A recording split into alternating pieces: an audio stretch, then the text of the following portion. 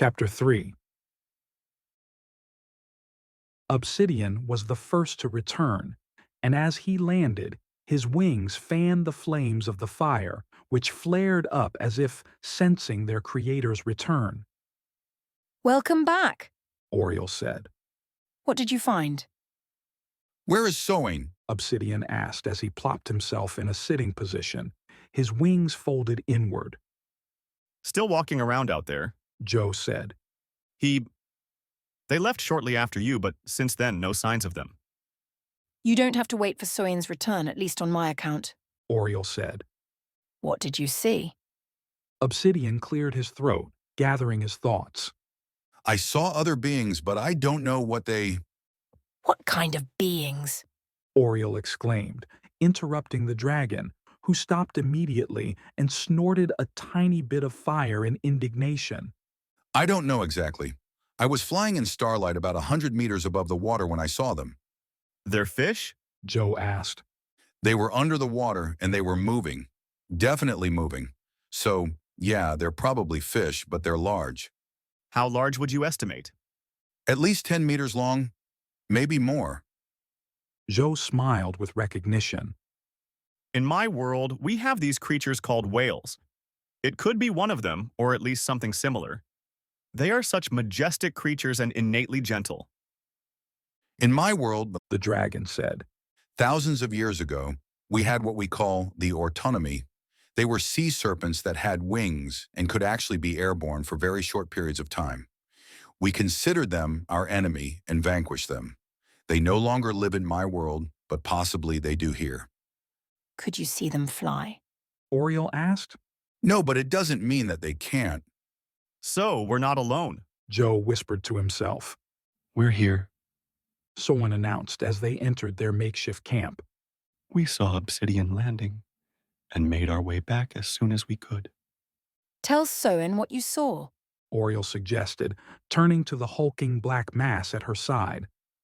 Obsidian recounted his observations for Soyen, who asked a few questions but otherwise remained quiet, only occasionally nodding their head. When Obsidian finished, Soyen smiled and sat down. "Obviously, we're not alone in this world. Soyen said.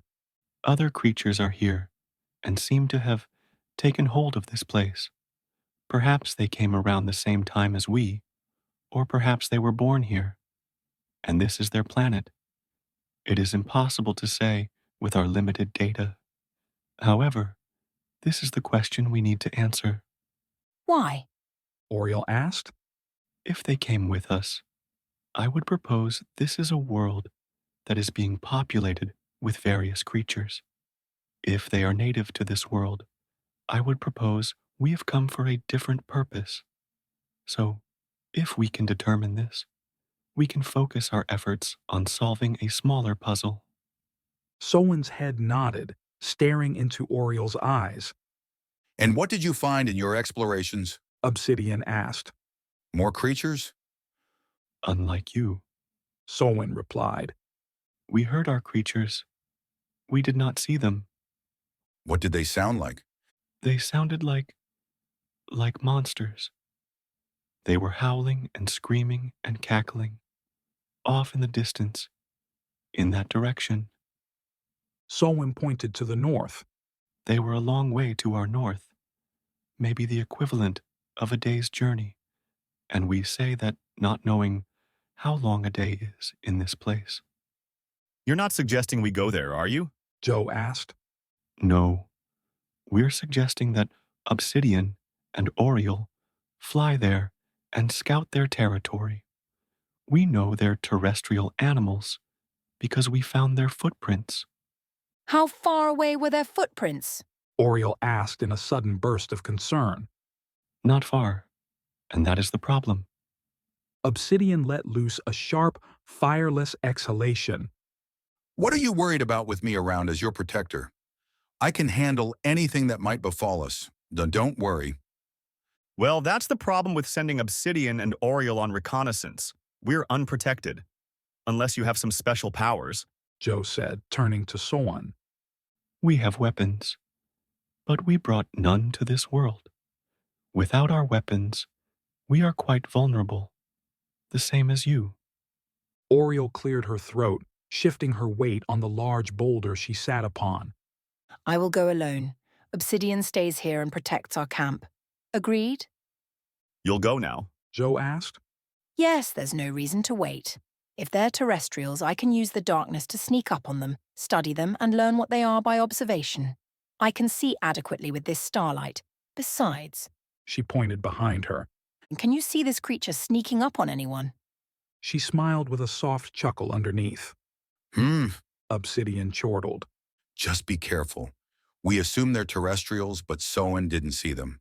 In my world, terrestrial creatures often had wings and could fly. I'll be very careful, rest assured. I'll be back soon. Oriole said, then pointed with one wing into the darkness, turning to Soan. You said that way, right?